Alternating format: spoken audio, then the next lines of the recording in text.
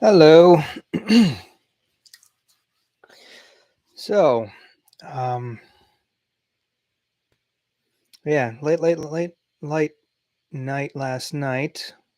Uh, Finally got to bed about 6 in the morning. Didn't feel terribly good yesterday, um, but I got some work done, and I was worried I wasn't going to sleep well since it was starting to get light out. But I managed to get a very good night's sleep, or day's sleep, about 10 hours. Woke up feeling the usual kind of in bed feeling.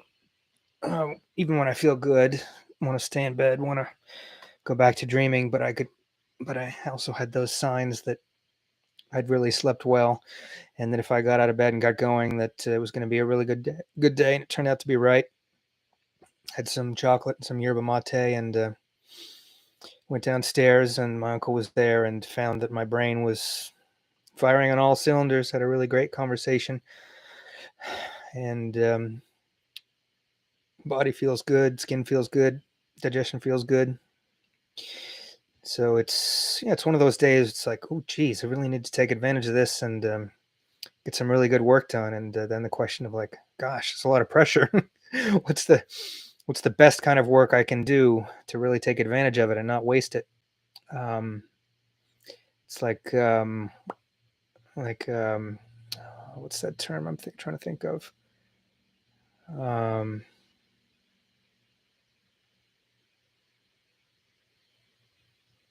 there's some Star Trek: The Next Generation episode where there's a guy who's from his childhood. He feels he's been raised to be an acknowledged genius, and everybody was just obsessed with the potential he had, and the pressure it created on him.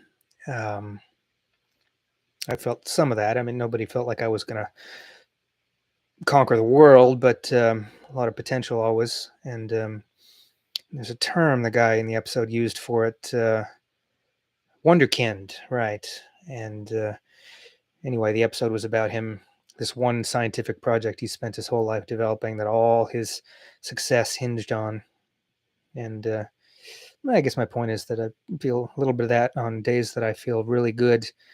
Um, there's just so much potential that there's just just more to waste if you don't use it right. It's like being rich. All of a sudden, you have the potential to donate all that money to charities, invest in businesses, help people.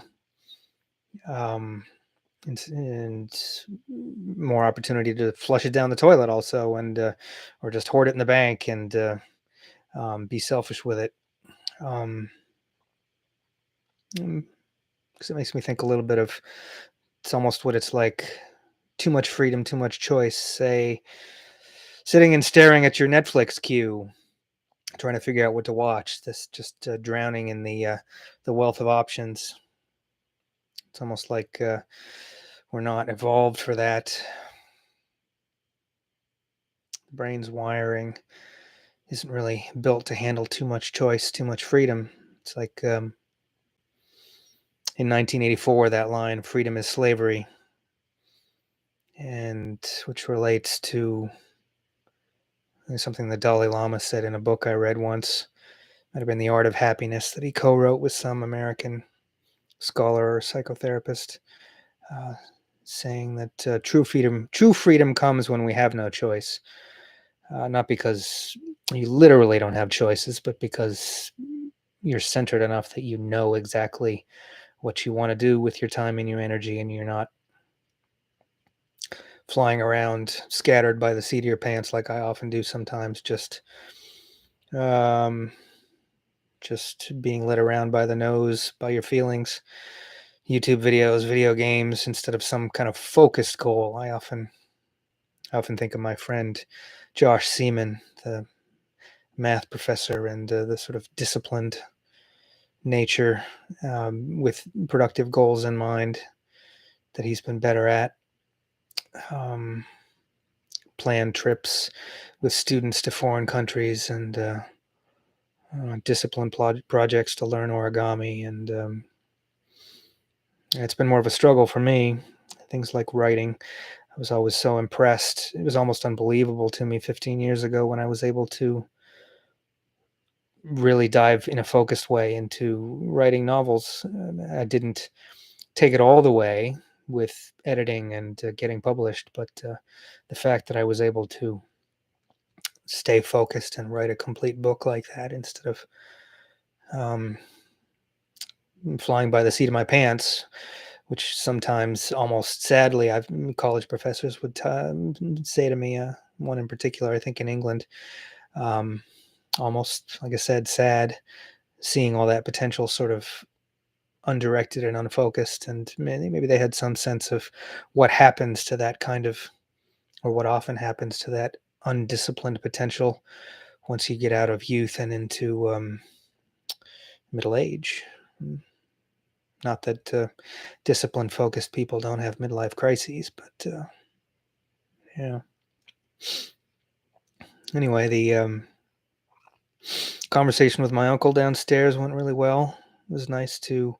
It's always nice to be able to be good company for him and have good conversation because I know he really wants deeper interaction, and so often I feel incapable of it.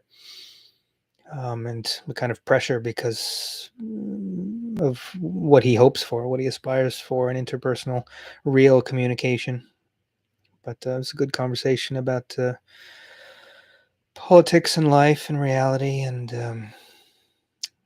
the school shootings generally. He wasn't super focused on it, but just his general feeling that the world is headed for some kind of disaster and how do you manage that? How do people handle that? Are people able to accept it or just cling to a desire to return to normalcy or a false belief that things are back to normal? A false belief that the Republicans are normal, that you can trust them, that you can vote them back into power and they'll fix things like they say they will.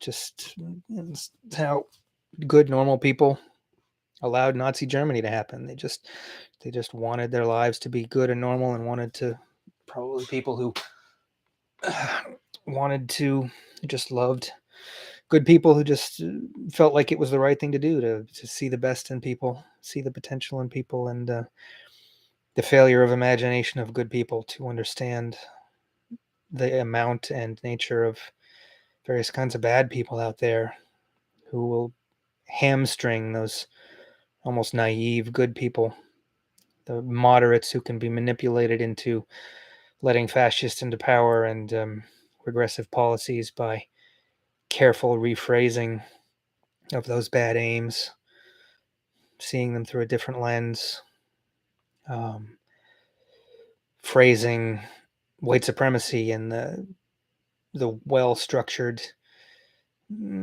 subtle language of replacement theory that doesn't make people feel like it's playing on subconscious racist emotions that people have, fears of immigrants and minorities. And I guess what I was really hopeful for with my conversation with my uncle was talking to him about the death of Ivan Ilyich in the book, and because I really feel like it would be a book he'd get a lot out of, but I'm just increasingly in life hesitant about feeling like anybody would want to take my recommendations or spend time on what I produce. Um, Almost, I want to laugh almost getting involved with a board game group or proposing even pizza nights, even things I think people would like. Um, because it just feels like imposition, and I just feel like I don't have a sense that I'm a good salesman.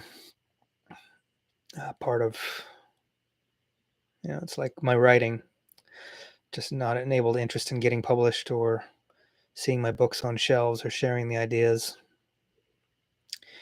or luck getting people to try the 5 rights from the book Ancient Secret of Fountain of Youth that I've been doing and getting so much of for 20 years. Part of it is I don't live a life that automatically lends me authority, like having some kind of degree or major career or certification or um, advertising campaign or a YouTube channel that's got a lot of viewers, social media presence, the kinds of things that give people a sort of authoritative magnetism. Um, Sometimes I laugh. I have friends like Karen down in Connecticut, constantly struggling with having a fuzzy head and not feeling productive during the day, able to get her head around the writing or the project she needs to do, and coffee isn't working. And I'm like, make yourself a hot drink with half a cup of good baking cocoa and some sugar, and I promise you, I'm sure, if especially if you have no tolerance like you do, if you have no signs of overusing it all like me, that I promise you that would really, you'll be surprised. But it's just it's different. It's change for somebody who's not young, and it's also just the lack of authority that I have, the lack of advertising skills that I have, and so I just can't even get people to fill a cup of hot water with cocoa powder and sugar and drink it in order to feel better. So it's just sort of funny. Um, so I try not to get too worked up about it. Makes it hard to stick my neck out and try to advertise a YouTube channel. Not to mention the writing. It's like get stuck in the trap of it's just not who I am. I don't have the skills. Instead of saying, well, you learn the skills, work at it. Makes me think of 15 years ago when I was first getting into board games and really thinking about the traits, the characteristics of people that would make them more or less likely to be interested in games. And being male made people more likely to be interested in them. The younger people were, the more flexible to change and new things people were, the more likely they'd be able to get into them if they already played video games. So, the least likely would be like older women. Just not a rule, but a rule of thumb, guidelines for likelihood, odds. And it's mostly about odds. There aren't black and whites in reality. It's like when I'm picking movies or video games and I talk about using critics' reviews, and people get annoyed because they want to make their own opinions. It's like, I'm not using critics' reviews because they're telling me what to think. It's just increasing the odds that the movies, music, video games, books, whatever that I spend my precious time and money on. Nobody has infinite time. I don't have infinite money. So how do you choose? It's like your Netflix queue. And how do you get people to pick your YouTube channel and magnetize them to your thoughts or your creativity in a world that's just full of it? When you're Republicans and you've got unpopular policies, how do you manage your politics in order to convince the country to support you, even though all the policies you are for are minority policies? How do you focus on image and advertising? Donald Trump is a stupid business idiot, a liar and a narcissist and a failure in so many ways, but he understands advertising and theatricality, and smart people, if they're not really aware, just fall for it. And if you understand theatricality and advertising, you can be very successful selling shit. And if you're not good at that stuff, even if you know it's important, but it's not where your interest is, or you're not good at it, you can be a real failure at selling gold. Yeah. That was like the famous story about advertising about somebody who had real success selling, it's back in the 80s, I think, the pet rock. It was all about advertising. It was just a rock in a box, but he was wrapped or packaged in a certain way and gave it a name or something. I don't know the details even. advertising somehow giving a rock a personality, and it became kind of a fad. Was able to sell rocks to people as pets and make a ton of money.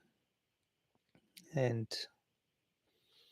then you got so many in another area, say like Nikola Tesla, all kinds of scientific geniuses who are really responsible for technological advances, but they are interpersonal morons, no skill for advertising, selling themselves. So you get with Tesla, you get somebody like Thomas Edison, who is a businessman, just sort of stealing that genius and suppressing it where you can't steal it, and in order to get money and power and control.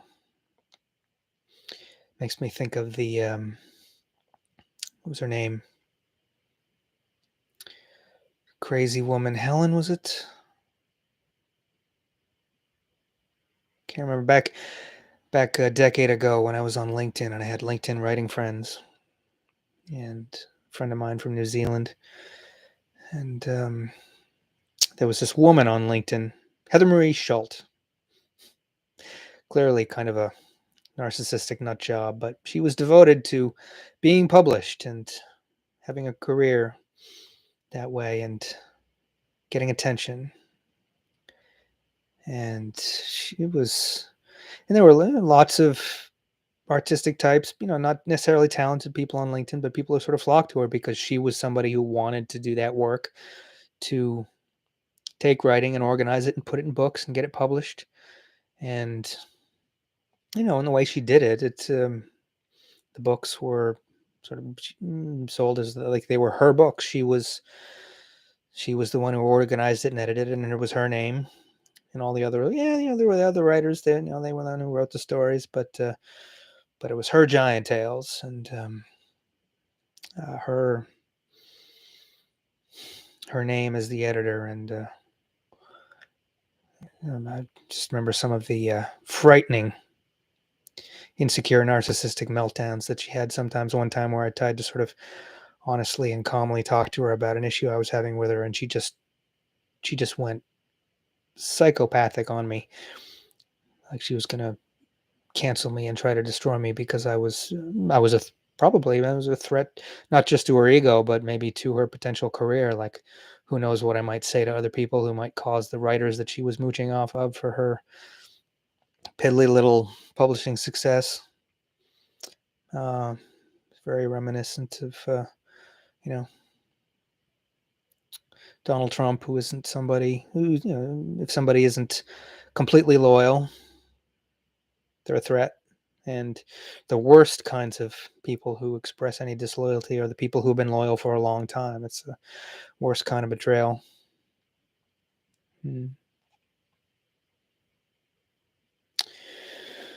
A couple of other side notes. There was a potential tonight for some of the guys from the board game group proposed going to the Red Hen Bakery. Apparently, they have Friday night pizza nights that they do in the summers, 4 to 7:30. But there was a threat of rain, so the possibility of some of the board game guys going to that got canceled. There was a talk of biking there or carpooling, but it doesn't seem like it's raining now, but it might. So it's all right, but schedule in advance for next week. So I propose try to be a little proactive. Meeting on bikes in front of the Capitol building, and biking there probably take about 15 minutes to bike there next Friday. Might be able to meet around 5. My Uncle Mackie used to work there. Said that he knew of those nights, and he said they sometimes sold out of pizza, so calling in advance and ordering the pizza would be a good idea. So something to look forward to. It's a Celtics game tonight in the NBA. Playing in Boston. Chance to close out the series. They're up 3-2, so might be interesting. I probably wouldn't watch if it was just me. My uncle seems not too excited about watching. He might not be up that late. Speaking to him, I realized I think I got sidetracked. I was talking about the death of Ivan Ilyich and getting really excited about how much he might like the book, how it really overlaps with a lot of issues he loves in kind of his life. He used to be a really famous in Vermont artist, sort of pretending to be a rural Vermont farmer poet, storyteller, live performances, audio cassettes, and he made enough money so that he was fairly free. But it didn't bring him peace and happiness, and so it reminded me a lot of what the introduction of the Death of Ivan Ilyich by Robert Blythe talks about, and how at the height of Tolstoy's success, he wasn't really able to enjoy it. He was young and youthful and famous and rich, but he was having a sort of a spiritual crisis, and death was one of the things, not just meaning in life, but death. And that would struck a chord with Max, so I mentioned it to him, and how it was sort of a culmination of a decade after Anna Karenina, where Tolstoy couldn't write any fiction. All he did was write spiritual essays and treatises through the lens of Christianity, trying to figure out the meaning of life and how to accept death. And that Death of Ivan Ilyich was the first fiction in almost a decade, and it was the culmination of that decade-long sort of drought of fictional drought and spiritual crisis. And it's not long, and again, it's trying to get other people to convince other people to do anything, read what I recommend or read what I create, consume what I create. I almost want to laugh at it, but maybe he'll enjoy it. That'd be an opportunity for bonding. He's older person. Change is hard. He often shares some of the spiritual talks that he watches on YouTube, but he doesn't put a lot of stock in it. It's just a recommendation. But he's older, and he clearly is, like a lot of older people, just not excited about change. And but who knows? It's a world classic of processing the meaning of life and death, and see how it goes. Anyway, this is the first thing that I did tonight try to process my sense that I have good creative potential tonight. I think it might be the good way to start really talking like this, to sort of open up the free flow of ideas, starting with a live stream. There's probably some kind of ideal order. I don't know if a blog post would be good next, or going straight to the novel, or reading the audiobook. It was fun doing the People of the Deer in a little bit more of a realistic way, where I'm free to be a little more human and a little bit more formal. But because I wasn't really sharp yesterday, it ended up being pretty straightforward. I think when I get to it today, I'm more likely to have sparks flying in my mind and be more likely to pause with thoughts and memories. And maybe rereading paragraphs in a different voice. Because, you never know how well how well am I recreating, and how is it important? How well am I recreating Farley Mowat's voice, or when he has that short passage from the Canadian mounted police officer who is very briefly describing the fear of the barrens in Canada when he tried and barely survived to go into them to pursue a fleeing murder suspect or criminal. And what was that police officer really like, and how was he really thinking and feeling with those words? You can read them in a sort of straightforward way, but the best acting is how do you really get to the core of that empathetic insight into somebody else's words. I feel it a little bit more, and when I'm trying to do my own spin on monologues. Haven't tried that again since December, but the film monologues I was doing before the co-op job derailed me in the early hours, and some moments, and in Letters to a Young Poet as well, where I was really feel like I was getting deep into that kind of acting and emotion. It really would be nice to be in some kind of play, some acting and theater with other people. If I could get to that, it would bring a lot out of me, instead of just managing to get to the solitary stuff in my own head, in my own home. I can get some of it, but get a lot of interaction with other people. Get a lot from interaction with other people. Yeah, it's baby steps. Anyway, I'll wrap it up. It's a longest live stream by far today. 20, bordering on 26 minutes. Yeah, but it's not surprising. Like I said, it had a lot of neurons firing in my brain, and it's a good sign. Yeah. So, have a good evening, everybody.